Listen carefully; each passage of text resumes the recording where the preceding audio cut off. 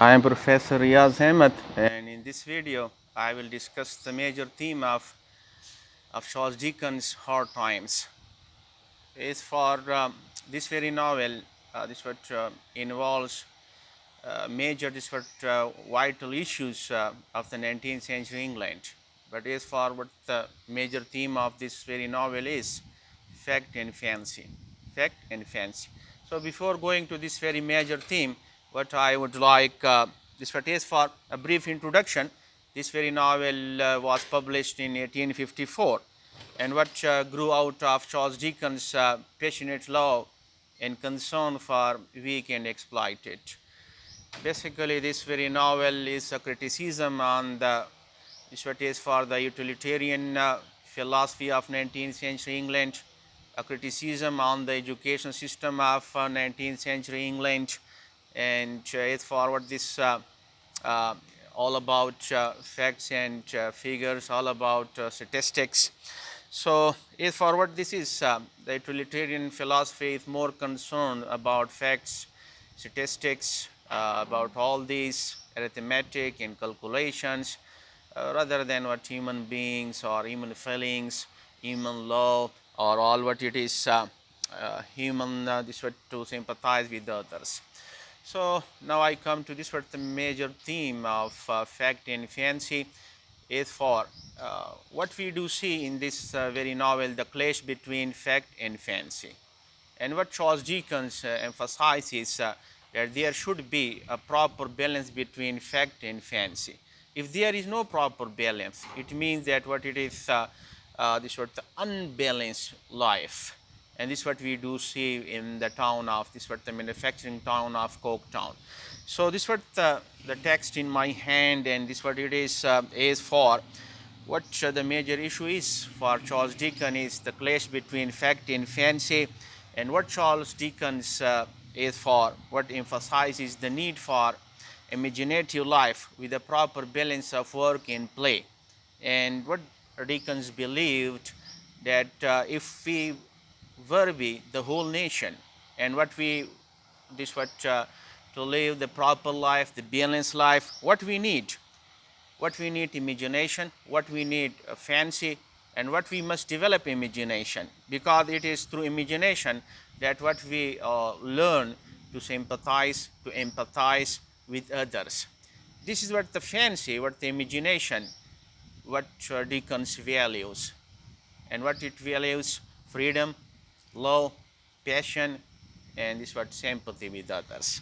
So if for in household this word words, Dickens, what the belief of Dickens is, what he says about fancy, about imagination, this what the quote is, what he declares, that a nation without fancy and without some romance never did, never can, and never will hold a position under the sun.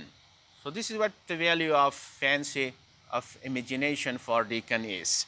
And what he just what giving importance to fancy and imagination, that there should be proper balance between work and play.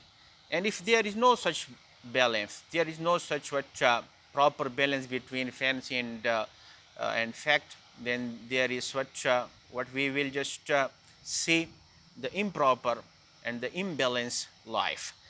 So what he targets the utilitarian philosophy of 19th century, this what a materialistic approach to the life, and what this philosophy is about, excessive concern with facts and statistics.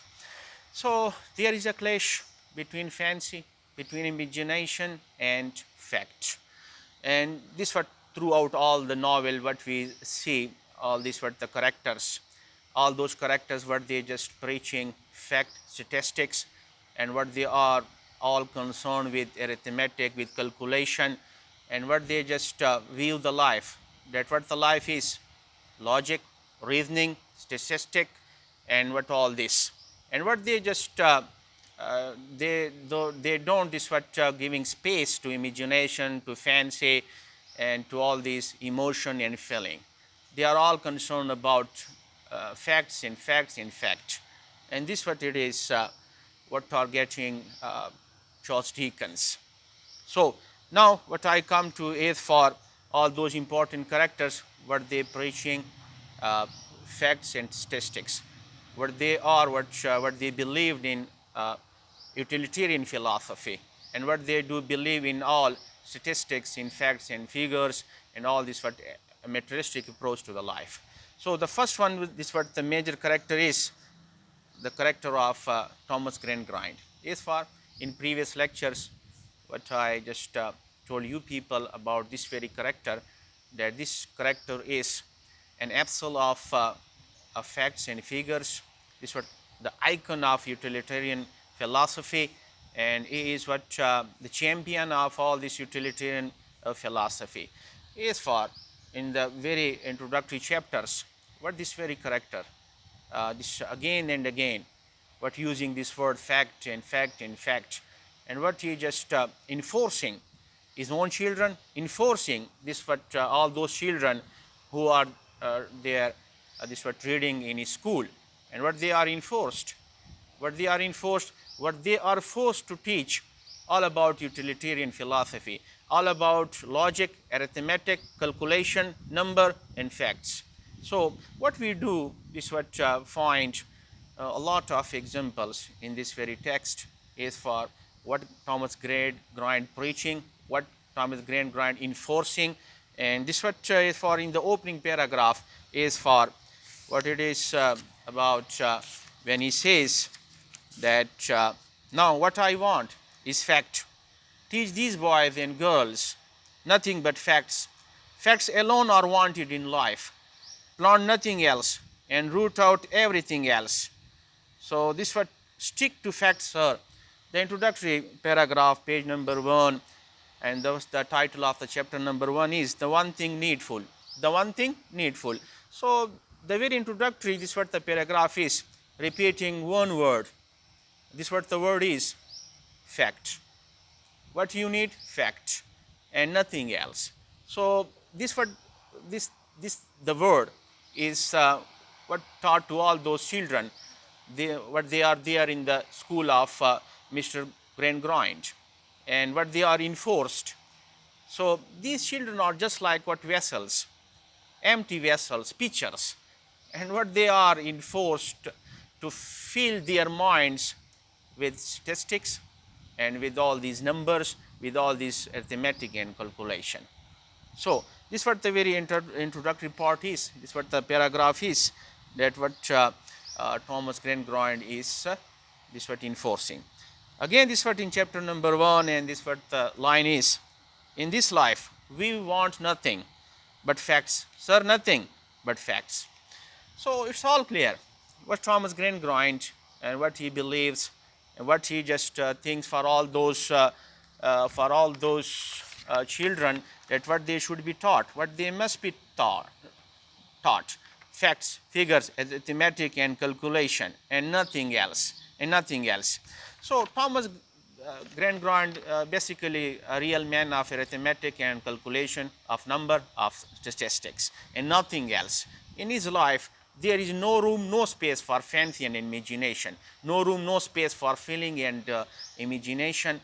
This what to sympathize others, to show our concern for others. So this is nothing.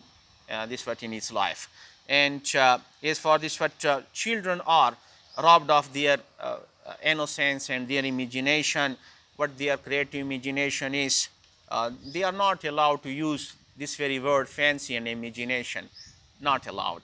So this what we do see the affecting, and this what the damaging is for the effects of this very philosophy is for taught by this Thomas Grangrand.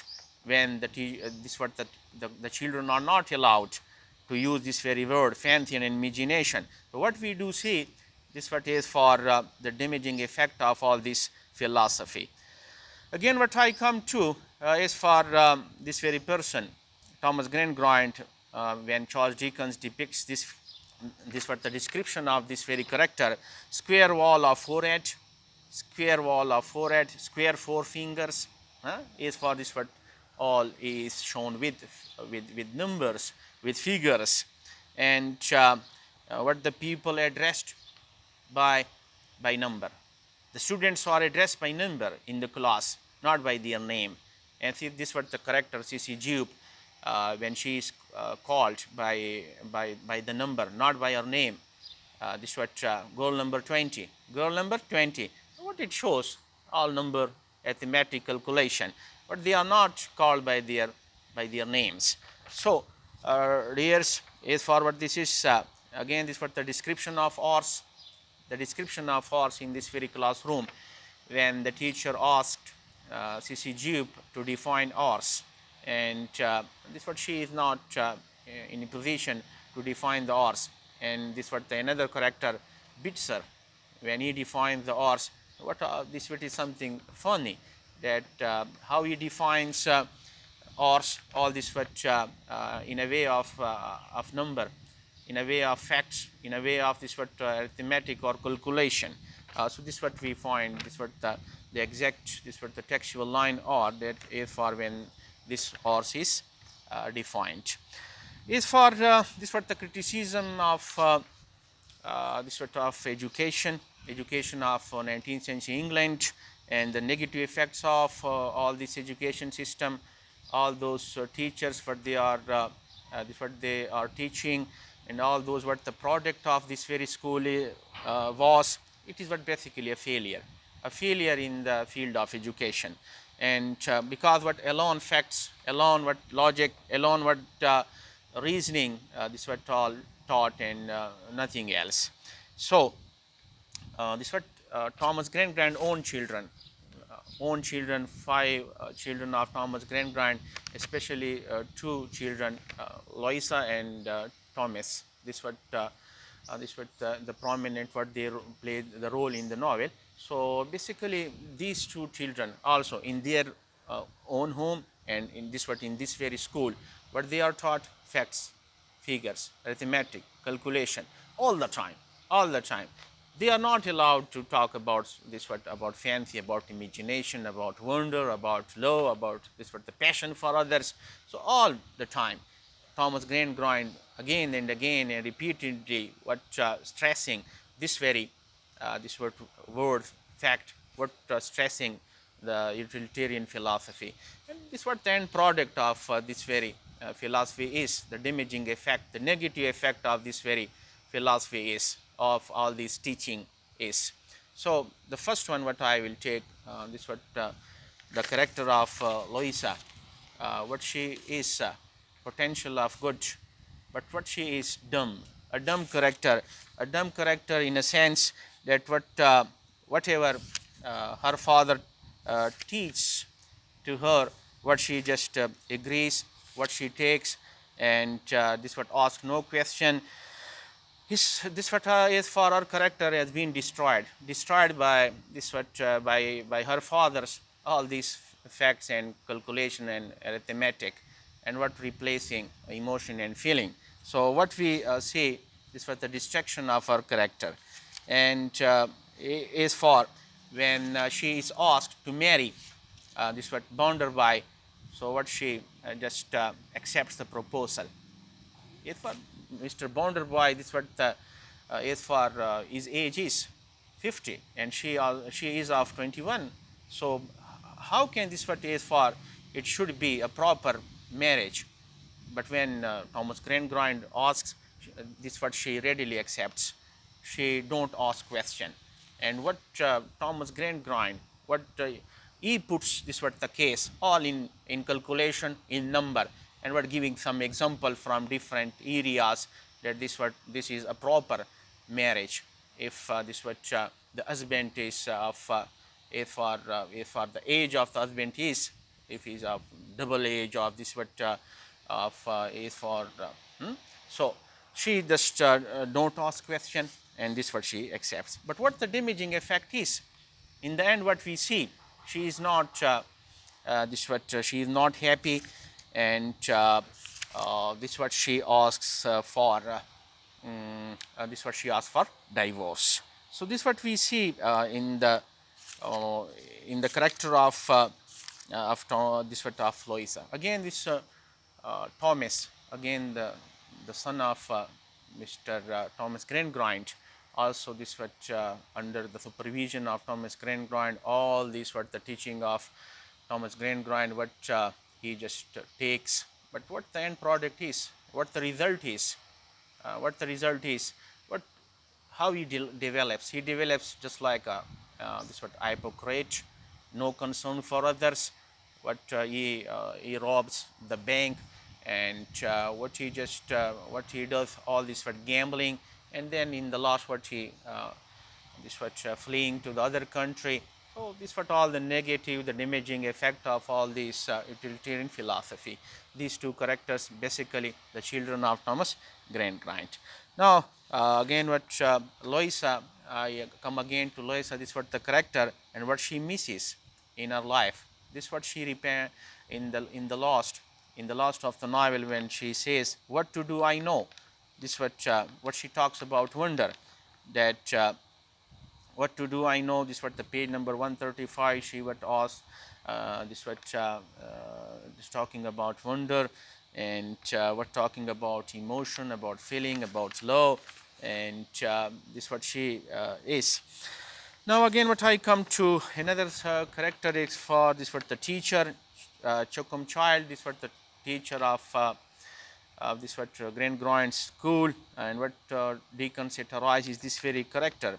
If are basically again this what this teacher teaching to all these children facts and figures all about utilitarian philosophy, choking the children to the death by teaching all these facts and figures and arithmetic and calculation. So now the another character Bitzer, this what the student of Thomas Grangrand school, this what a follower, and what I do say, what I do I say, that a good student of Thomas Grangrand's school, good in a way that what he just what feels his mind with all these facts and figures and arithmetic and calculation. He is devoid of all emotion and reason. He is devoid of all this what love and concern for others. And what we do see in the novel, that how he grows, all talking about facts and figures of arithmetic and calculation. He is spy there, this what in the bank of Bunderby, and basically what he shows himself as, that he has no heart, It means no blood, it means no warmth, it means no passion for others. He is all bloodless, he is all this what colorless. How this what Dickens depicts this very character. Uh, Now this what is I told you this what Thomas Grangrand doing to get rid of fancy of imagination, and this what I come to fancy is for Charles Dickens, all about fancy and what the fancy is. Fancy brings what pleasures to others, pleasures to others. For Charles Dickens, fancy is the pleasures, to bring pleasures to others. It means that reading literature. It means fancy and imagination. It means love for others, to sympathize others, to empathize others. This is what it means, that you have imagination, what you have feeling, emotion, and what you feel for others. So this is what a library in Coketown, and what they need, these all those workers, what they need to read about human nature, patience, about human passion and love, and that's what they need. If fable stories about men and women, what they are, and how they do live the life, how they just they do concern for others. So fancy Dickens what takes and what values, and in the this what in the town of Coketown is for workers, what they do, go there in the library, what they do, different books what about fancy and imagination, about men and women, about human natures, about human passion and law, and what Dickens values all this, that fancy is real, and what fancy matters in life. So this what it's for circuses. There is this what Dickens mentioning circuses. Circuses what provide pleasure, provide happiness, and this what the characters what they are there in the circuses. This what the character, the name is Salary. The owner of this very circus is what he says again and again: amusement, amusement. This what you need, amusement. So this what the contrast is. All this what the teaching facts and figures, arithmetic and calculation, logic and reasoning, no space, no room for fancy and imagination, for creation. And this what the circus is in mid 19th century. This what the circus is. Circus is what they are. Circus is what they playing a vital role, and all those characters in circus is what they teach, that there is another world, there is another world. So just visualize this world. As far one world is the world of Coketown, of the workers, all this gloomy and dark life, all this what the harsh and monotonous life, all the life what about this what working, going in the morning and this what come at night, what this harsh life, what these bitter realities of life. So circuses what provide opportunity to all these people to come and to see the other picture of life, to see this what is for, to visualize another life, this what they come for recreation, for pleasure, that there is another life other than harsh life, other than bitter life. So my dear, this what the Charles Dickens again and again emphasizing, what again and again say, that there should be a proper balance between work and play. And if there is no balance, it means that a dull life, monotonous life. So this what is for this what the it for the major theme is. So you may work on it, and may this what giving some other points. So thank you.